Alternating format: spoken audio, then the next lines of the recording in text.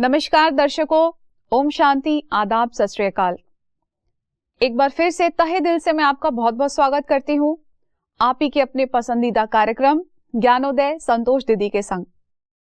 ये कहते हैं कि ये कर्मों की खेती है जिसमें आदमी जो बोता है वही उसको काटना पड़ता है। और ये भी कहते हैं कि कर्म एक रेस्टोरेंट है जिसमें आदमी को वही परोसा जाता है जिसके वो लायक है। लेकिन ऐसी कर्म फिलॉसफी की बातों को जानते हुए भी लोग फिर भी पाप कर्म करना नहीं छोड़ते हैं। पाप कर्मों की इस गहन गति को वो नजरअंदाज कर बैठते हैं, जिसका खामियाजा उन्हें वक्त के चलते भुगतना पड़ता है। तो दर्शकों, आज के इस एपिसोड में हम यही देखेंगे कि किस तरीके से कर्म गति हमारे सम्मुख आती है और यदि किसी पाप कर्म में हम लिप्त हो चुके हैं तो कैसे हमें उन पापों से स्वयं को मुक्त करना है और जीवन का परिवर्तन करना है। तो इस विषय पर प्रकाश डालने के लिए हमारे बीच में मौजूद है आदरणीय संतोष दीदी जी। दीदी, आपका एक बार फिर से मैं तहे दिल से स्वागत करती हूँ। ओम शांति। ओम शांति। दीदी, पहले के टाइम में हम चरित्र यानी कैरेक्टर को बहुत इंपॉर्टेंस देते थे, लेकिन जैसे जैसे समय बीता चरित्र की परिभाषाएं बदल गई। आज के टाइम में हम देखते हैं कि चरित्र का टॉपिक और चरित्र की बात तो जैसे ढक सी गई है। आजकल हम प्रायोरिटी देते हैं किसी व्यक्ति के पास स्टेटस है, उसका नाम है, उसके पास पावर है, उसका रहन सहन किस तरीके का है। चरित्र चाहे कैसा भी हो, लेकिन यदि ये सब उसके पास है तो संसार उसको वैल्यू कर रहा है। आज के टाइम में कैरेक्टर, मैंने कहा, कहीं ढक सा गया है। उसकी बात हम आज के टाइम में इतना करते ही नहीं है। तो आज के टाइम में कैरेक्टर की, चरित्र की रूपरेखाएं बदल चुकी हैं। तो मैं ये जानना चाहूंगी कि आज के टाइम में लोगों की मान्यताएं इतनी क्यों बदली हैं कैरेक्टर को लेकर के और चरित्र को लेकर के। तो क्या मान्यताएं हो चुकी हैं और होनी चाहिए? देखो, ऐसा है, इस समय पर कलयुग का अंत चल रहा है। समय बदलता जा रहा है। समय बदलता जा रहा है तो समय का भी बड़ा प्रभाव। कलयुग माना तमो प्रधानता। आत्मा दिन प्रतिदिन तमो प्रधान बनती जा रही। तमो प्रधान बनने के कारण उसमें जो आत्मिक बल है उसका वो नष्ट होता जा रहा है और बाहर के जगत को देख के उसका टेम्पटेशन बढ़ता जा रहा। बाहर मुक्ता में ज़्यादा से ज़्यादा आज मनुष्य रहते हैं, बाहर की बातों को ही देखते हैं, बाहर के बारे में सोचते हैं। इसीलिए उनकी आंतरिक जो शांति है, जो सुख है, वो खो गया है जी। आज भले इतनी चकाचौंध है सब बातों की, पर उनको रात को शांति से नींद भी नहीं आती। उसके लिए भी दवाइयाँ लेनी पड़ती है उनको। तो ये जो तमो प्रधानता है, ये तमो प्रधानता के लक्षण है। तो ये तमो प्रधानता जो है, ये तमो प्रधानता होने के कारण इनके द्वारा ये ऐसा काम होता है और जो वास्तविकता होनी चाहिए वो खलास हो गया। सादगी जीवन में से खलास हो गई जी, फिनिश हो गई है। नहीं तो हमेशा कहा जाता है सादा जीवन उच्च विचार। बिल्कुल। तो अभी क्या हो गया, उच्च जीवन सादे विचार हो गए। तो एक दो कंपटीशन चलती है, एक दो को देखते हैं ना, एक दो को देख करके कंपटीशन करते रहते हैं। बुद्धि नहीं चलाते अपनी, हमें क्या करने का है जी। कंपटीशन में आ गए हैं और तमो प्रधान हो गए हैं। अपने में शक्ति नहीं है। शक्ति नहीं होने के कारण बाहर की बातों का ज़्यादा आकर्षण है और उससे ज़रा सब मान देते हैं, सम्मान देते हैं। सजा अच्छी तरह से रहेंगे तो समझते ना ये बड़ा आदमी है जी। परंतु बड़ा काहे का है, उसके पास कौन सी बड़ाई है? बड़ाई तो वो कहे जो सबकी भलाई करे। तो भलाई करना तो छोड़ देते हैं और खुद को ही वो सजाते रहते हैं, धजाते रहते हैं जी। ये ऐसा वातावरण हो गया। और देखा जाए तो आजकल इतना चारित्रिक पतन हो चुका है, जिसके चलते चारों तरफ हम देखते हैं कि एक पाप का माहौल भी हो चुका है। लोग आउट ऑफ वे जाके पता नहीं कैसी कैसी चीजें कर रहे हैं, क्राइम कर रहे हैं, वायलेंस कर रहे हैं, लोगों का नुकसान कर रहे हैं। ये चीज से वो शायद भूल चुके हैं कि आगे चल के इसका खामियाजा भी उनको भुगतना पड़ेगा। तो पहली चीज तो ये कि एक पाप करता है व्यक्ति, फिर दूसरा करना शुरू हो जाता है, फिर तीसरा करता है।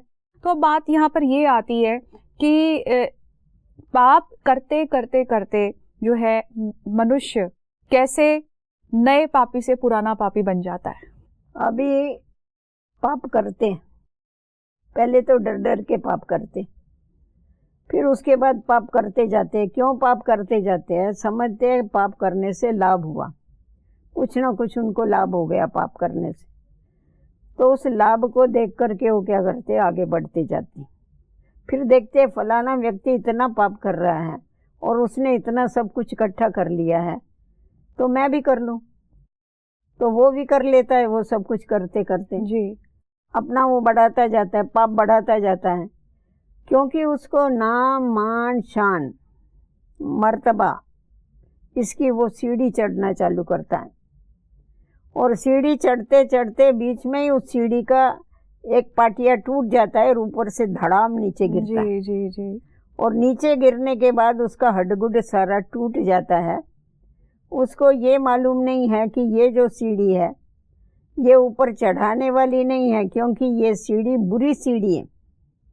तो ये संग के रंग में आकर के वो भी सीढ़ी को, ये बुरी सीढ़ी को चढ़ता है। ये सीढ़ी ऊपर चढ़ा के नीचे गिराने वाली है, ये वो भूल जाता है। बिल्कुल। ये भूल जाने के कारण वो क्या करता है, कमजोर होने के कारण दूसरों को देख करके उनके संग का उसके ऊपर असर हो जाता है। उसके लिए ये भी खराब काम करना चालू कर देता है, ये बात होती है। जी जी जी। और तो वो पाप करते करते फिर क्या होता है, पहले तो समझो नया हो गया, एक बारी किया पाप तो नया पापी हो गया। फिर पाप करते करते जैसा पाप उसका अंगी बन जाता है तो पुराना पापी हो गया, बेधड़क होकर के पाप करता रहता है। जी जी जी जी बिल्कुल। उससे कोई लगाम ही नहीं है, कोई एहसास नहीं है, किसी का डर नहीं है, भगवान का भी डर नहीं है, घर के बड़ों का भी डर नहीं है। ऐसे वो समझता है ये तो चलता ही है। उसकी पापों की गठरी भी बढ़ती चली जाती है। जरूर गठड़ी तो भरेगी ना। जी जी जी। पाप का घड़ा भरता है, फिर फूटता भी तो है ना। बिल्कुल बिल्कुल। और फिर उसको उसका वो दंड भी मिलता है। परंतु ये ऐसा होता है जैसा गर्भ जेल में बच्चा क्या करता है, गर्भ जेल में जब भी उसको धर्मराज की सजाएं मिलती है तो त्राही त्राही करता है जी, मेरे को बाहर निकालो भगवान, मैं बाहर जाऊंगा, तेरे को याद करूंगा। फिर जब भी वो बाहर आता है तो फिर क्या करता है, फिर जो करना है वही करता है। तू वहां मैं यहाँ, उसी समय यहाँ करता है। जी, तू जी, उधर जी, रह जी। गया भगवान, मैं इधर रह गया, जी। मेरी प्रतिज्ञा छूटी। तो उसी प्रकार ये जो पापी होते हैं ये पाप करते हैं और भगवान से माफी भी मांगते रहते हैं और पाप भी करते रहते हैं। कहेंगे अभी फिर नहीं करेंगे पाप, एक आध बारी कर लेंगे, जी, फिर जी, हम जी। पाप नहीं करेंगे।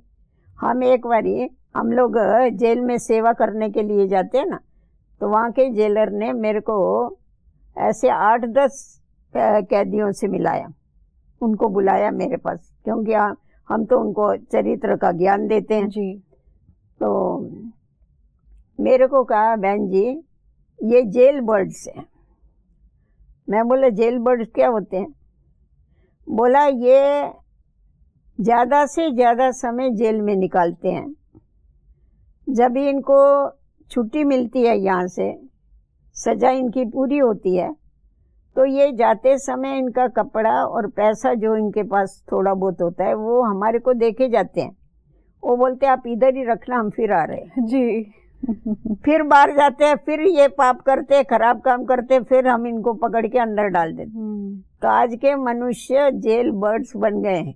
जी जी जी। बाहर खुले में घूम रहे हैं परंतु पापों की जेल में फंसे पड़े हैं। बिल्कुल बिल्कुल। इसीलिए उससे छूटने की इच्छा होते हुए भी छूट नहीं सकते, ऐसी बात। जी जी। मेरे को लगता है कि ऐसे में एक कहावत भी मुझे ध्यान में आ रही है। कहते हैं कि अंत भले का भला, अंत बुरे का बुरा।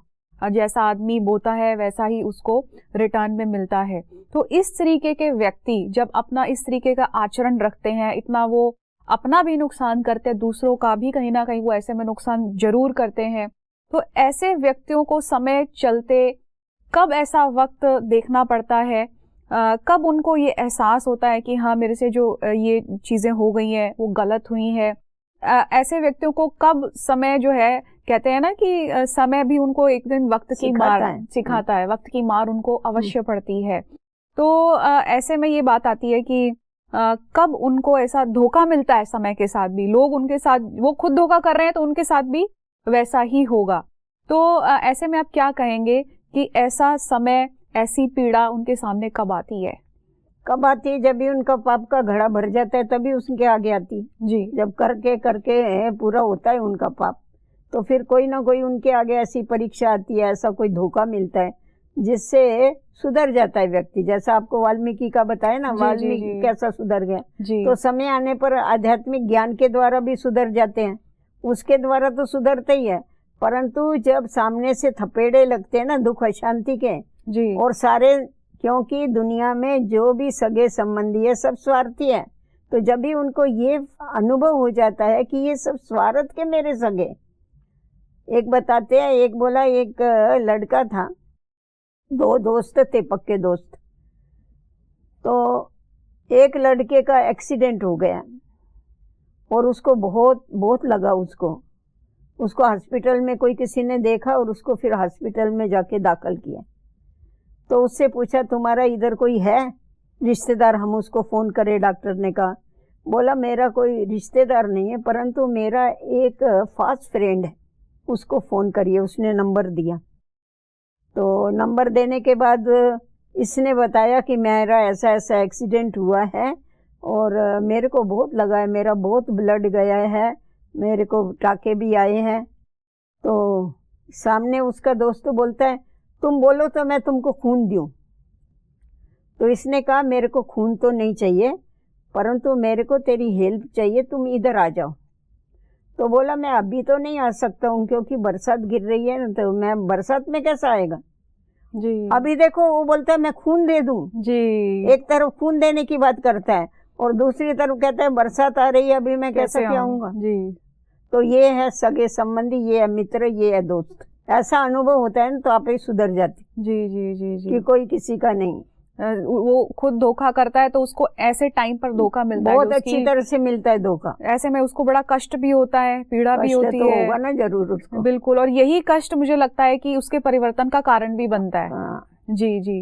एक बात यहाँ पर आती है, कोई तो ऐसे पक्के होते हैं मरने के समय उनको मालूम पड़ता है हमने क्या क्या पाप किया। जी बिल्कुल, ऐसा कईयों के साथ हुआ है। क्योंकि देखो ऐसा होता है जब आत्मा शरीर छोड़ती है ना, तभी उसको इतनी पीड़ा होती है जैसे 100 बिच्छू काटे उतनी जितनी पीड़ा होगी उतनी पीड़ा उसको होती है। जी जी जी। क्योंकि आजकल सब देह के अभिमान में है, सबकी देह के साथ अटैचमेंट है, तो इस देह को छोड़ने में उनको बहुत तकलीफ होती है।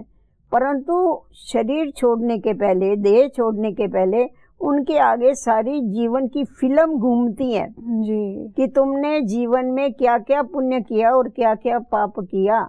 तो उस समय इसीलिए उनको पीड़ा होती है, जब ज्यादा पाप किए हुए होते हैं तो सारा उनको दिखाई पड़ता है जी, फिर उस समय रियलाइज होता है अरे ये क्या किया मैंने, ये क्या किया।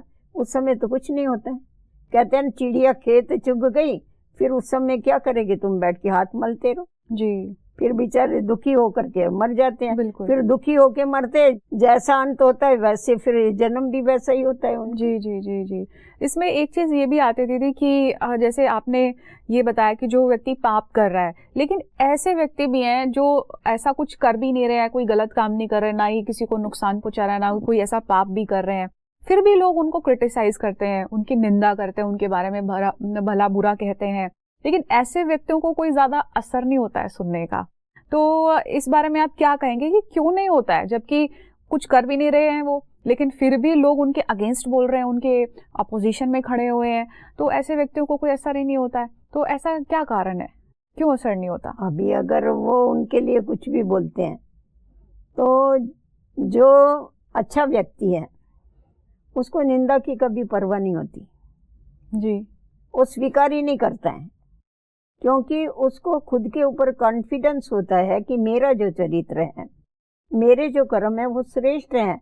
अभी बोलने वाले तो भले बोलते जी, तो इसीलिए वो बड़ा बिंदास्त रहता है, क्योंकि वो हमेशा सबका भला करने में ही लगा रहता है। कहा जाता है कर भला तो होगा भला, फिर भले का भला ही भला जी। तो किसी ने खराब भी बोला तो उसका भला ही होता है, उसका कोई बिगड़ता नहीं। तो वो इसीलिए निश्चिंत रहता है, उसके ऊपर असर नहीं होता है क्योंकि उसका चरित्र जो होता है वो पवित्र होता है, श्रेष्ठ होता है, और वो हमेशा अच्छे कार्य में ही अपने समय को लगाता है, जिसके कारण क्या होता है कि वो कभी भी घबराता नहीं। जी जी जी जी। तो मनुष्य को यही ध्यान में रखना चाहिए कि हमारे को कभी भी भला आदमी जो है उसको बुरे के संग में नहीं आना चाहिए, क्योंकि संग का बहुत बड़ा रंग लगता है जी। अपने इस ईश्वरीय विश्वविद्यालय में ये भी परहेज सिखाई जाती है कि कभी भी बुरे आदमी का संग करके उसके संग में बुराई नहीं करनी है। हम अगर हमारे में शक्ति है तो बुरे को हम अच्छा बना सकते हैं, परंतु ऐसा नहीं हम गए बुरे को ठीक करने और हम भी उसके साथ बुरे हो गए। जी। तो कहते हैं ना, गिदरे को देख के गिदरा रंग बदलता है, तो हम रंग बदलना नहीं चालू कर देना चाहिए। इसीलिए हमें ये करना चाहिए कि अगर हम भला कर सकते हैं तो करें, अगर नहीं कर सकते हैं तो दूर रहना बहुत अच्छा है। जी जी जी। परंतु संग की संभाल ये बहुत ही आवश्यक है, नहीं तो जैसा संग वैसा रंग लगता है। जी जी जी। और कभी कभी ऐसा होता है, अच्छा आदमी है, वो देखता है ये हमेशा खराब काम करता है, पर इसका तो वो बहुत ही आगे बढ़ता जा रहा है, तो उसके साथ वो समझता है मैं भी करके देख लूं, तो वो भी जा करके कमजोर होने के कारण वो भी बुराई की तरफ चला जाता है। जी जी जी जी। तो ये बड़ा जीवन में ध्यान रखने की बात होती है। जी बिल्कुल। और एक बात यहाँ पर आई कि जैसे हम जीवन में पाप करते जा रहे हैं, पापों का गठरा भी बढ़ता जा रहा है। अब ऐसे में आदमी को कहीं ना कहीं एहसास तो होता ही है और वो उसका प्रायश्चित भी करना चाहता है। तो ऐसे में क्या उपाय है कि वो पाप मुक्त बने? क्या उसका मेथड है, क्या तरीका है उसका? देखो ऐसा है, उसको पहले तो उसके लिए समझ चाहिए, ज्ञान चाहिए। समझ के साथ साथ फिर उसने जो पाप किए हैं उन पापों को मिटाने के लिए उसको जितने पाप किए उससे उसको ज्यादा से ज्यादा पुण्य कर्म करने पड़ेंगे। जी। पर पहले उसको पाप क्या है पुण्य क्या है कर्मों की गति को समझना पड़ेगा। कहते हैं ना, कर्म अकर्म विकर्म की गति अति गहन है। तो जब कर्म अकर्म विकर्म की गति को समझ लेते हैं तो श्रेष्ठ कर्म करने की हमारे अंदर एक प्रेरणा हमको मिल जाती है, उसके आधार पर हम श्रेष्ठ कर्म करते हैं। तो जितने जितने श्रेष्ठ कर्म करते जाते हैं उतने उतने क्या होते हैं, वो पाप कर्म जो है, ईश्वरीय याद और श्रेष्ठ कर्म दोनों भी चाहिए। जी। योग को अगन कहा जाता है। तो जितना जितना ईश्वरीय याद में रहते उतने उतने हमारे पाप दगद होते हैं। श्रेष्ठ कर्म करते तो हमारे श्रेष्ठ कर्मों का खाता जमा होता है, हमारी वृत्ति बदली होती है, हमारी दृष्टि बदली होती है, हमारी कृति बदली होती है। जी। तो जिसके कारण क्या हो जाता है, हमारे अंदर बहुत बड़ा परिवर्तन आ जाता है। जी जी। तो परिवर्तन आने के बाद क्या करते हैं, उस परिवर्तन के आधार पर अपने को पापात्मा से पुण्य आत्मा बना सकते हैं। जी जी। तो औरों का भला करे, औरों का कल्याण करे, ये हमेशा उसको ध्यान में रखने की आवश्यकता है। बिल्कुल। दीदी, हमने इस एपिसोड में चरित्र की भी बात की थी, तो ऐसा व्यक्ति अपने चरित्र को और कैसे संवार सकता है? अपने चरित्र को संवारने के लिए सबसे बड़ी बात तो है पवित्रता। पवित्रता ये सबसे पहला गुण है। पवित्र विचार, पवित्र व्यवहार, पवित्र खान पान, इसके द्वारा वो अपने चरित्र को ऊंचा बना सकता है। पवित्र संग, उनका संग करे जो आत्मोन्नति की तरफ ले जाने वाले, उन बातों का अध्ययन करे जो अच्छा मार्गदर्शन जिसके द्वारा मिले। तो संग का भी ध्यान रखे, अन्न का भी ध्यान रखे, और खास अध्ययन का भी ध्यान रखे, और अपना बुद्धि का योग जैसा जैसा वो परमात्मा के साथ लगाएगा वैसा वैसा उसके जीवन में परिवर्तन आएगा, और उसका जो चरित्र है, जो गिर गया है चरित्र, वो चरित्र ऊंचा उठ जाएगा। क्योंकि परमात्मा ने आके हमें बताया है कि तुम संपूर्ण निर्विकारी थे, तुम्हारा चरित्र बहुत ऊंचा था, तुम सर्वगुण संपन्न 16 कला संपूर्ण देवताएं थे। तुम्हारे को अभी ये भूल गया है, अब वापस उस स्मृति में आ जाओ, याद में आ जाओ, और उसके साथ साथ तुम सर्वशक्तिवान के बच्चे जी। जब है ही तुम सर्वशक्तिवान के बच्चे, तो चरित्र को सुधारना तुम्हारे लिए तो कोई बड़ी बात नहीं।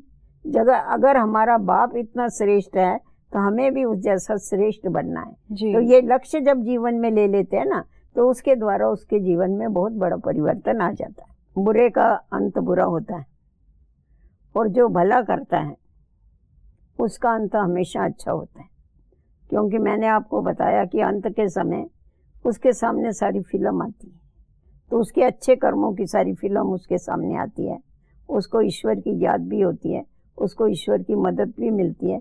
इसीलिए कहते हैं जो महान आत्माएं होती है ना, उसको पुष्पक विमान लेने के लिए आते हैं, और जो पापात्माएं होती है उसको यमदूत लेने के लिए आते हैं। जी जी जी। तो यमदूतों से डरते हैं और वो पुष्पक विमान में बैठ के जाते हैं। जी। एक छोटी सी बात बताते हैं। एक छोटा बच्चा था, उसके बाप ने उसको फल लेने के लिए पैसा दिया, बोला बेटा जाओ बाजार में से फल ले आओ। तो वो गया और खाली हाथ वापस आया घूम घाम के। तो बाप ने कहा फल किधर है, मैं तेरे को फल लेने के लिए पैसा दिया था। तो बोला पिताजी मैं अमर फल लेके आया हूँ। बोला अमर फल कौन सा होता है? कहा कि मैं जब भी गया फल लेने के लिए मार्केट में, तो वहाँ पर छोटे छोटे बच्चे थे, 2-4 बड़े लोग भी थे और छोटे छोटे बच्चे थे फकीरों के, और बेचारों को पहनने को कपड़ा नहीं था और खाने को उनको कुछ मिल नहीं रहा था, भूखे थे बेचारे, रो रहे थे और भूख के कारण तड़प रहे थे। तो मैंने उनको दे दिया पैसा, मैंने कहा तुम इससे पहले भोजन लेकर के खाओ, तुम उनको दे के मैं आ गया। तो ये अमर फल हो गया ना जी। मैंने फल नहीं लाया पर मैं अमर फल लेके आया। जी जी। उसके बाप ने कहा शाबाश बेटा, ऐसे ही श्रेष्ठ कर्म करते रहना, क्योंकि ये श्रेष्ठ कर्म ही हमारे साथ में चलने वाले। जी जी जी। तो कोई कोई बच्चे ऐसे होते हैं जो पिछले जन्म के अच्छे संस्कार लेके आते हैं और वो बड़ों को भी आकर के सिखाते हैं कि सिर्फ हमको ही नहीं, हमारा ही नहीं ध्यान रखना है, परंतु दूसरों का भी ध्यान रखना है। जी जी। भूखों को भी, बेचारों को, उनको भी पेट भरने के लिए हमारे को जरूर कुछ न कुछ मदद तो जरूर करनी चाहिए। जी, ये बात है। तो ये समझो उस आत्मा के साथ वो अमर फल लेकर के गया। जी बिल्कुल, लेके ये तो बहुत खूबसूरत बात आपने बताई है कि किस तरीके से कर्म फिलॉसफी हमारे सामने आती है। हम चाहे तो अपने भविष्य को उज्जवल भी बना सकते हैं, संवार भी सकते हैं, और हम चाहे तो अपने हमारा जो भविष्य है वो बिगड़ भी सकता है। हमारे कर्मों से सुधरता है, कर्मों से बिगड़ता है। बिल्कुल। इसीलिए हमारे को तो हमेशा ये ध्यान में रखना चाहिए, हमें औरों को नहीं देखना चाहिए, हमें ये करना है कि मुझे मेरे कर्म हमेशा श्रेष्ठ बनाने। क्यों श्रेष्ठ बनाने? क्योंकि हम श्रेष्ठ थे, श्रेष्ठ पिता की संतान। तो इसीलिए हमारे कर्मों में श्रेष्ठता होनी चाहिए और हमें हमेशा सर्व का भला करके आगे बढ़ते जाना चाहिए। जी जी। इस बात का ध्यान रखने की आवश्यकता है। तो जरूर क्या होता है, हमारा जो अंत है वो भले का भला ही होता है और बुरे का अंत तो बुरा ही होता है। जी जी जी।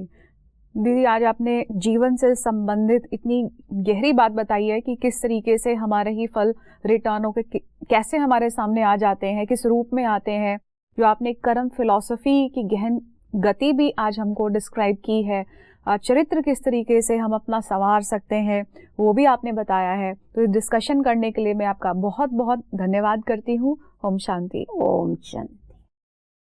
दर्शकों, आज के एपिसोड में हमने बहुत सारी इंटरेस्टिंग बातें सीखी हैं। हमें पता चला कि कैसे सतयुग में हमारे अंदर दैवी गुण थे और जब द्वापर युग आया तो हम बॉडी कॉन्शियस में आए और हमारा चरित्र पतन की ओर चला गया, जिस वजह से हमारे अंदर विषय विकार भरने लगे। और ये जो समय चल रहा है, स्वयं भगवान आकर के सृष्टि का परिवर्तन कर रहे हैं। वही दैवी गुणों वाली दुनिया, जिसको स्वर्ग कहते हैं, हमारे लिए फिर से बना रहे हैं। तो आइए ज्ञान योग के बल से हम अपना जीवन परिवर्तन करें, स्वयं को स्वर्ग के लायक बनाएं और अपना भविष्य सुंदर बनाएं। तो दर्शकों, आज का ये एपिसोड हम यही समाप्त करते हैं। अगले एपिसोड में फिर से बहुत सारी ज्ञान चर्चा करेंगे। तब तक के लिए दीजिए इजाजत। नमस्कार। ओम शांति।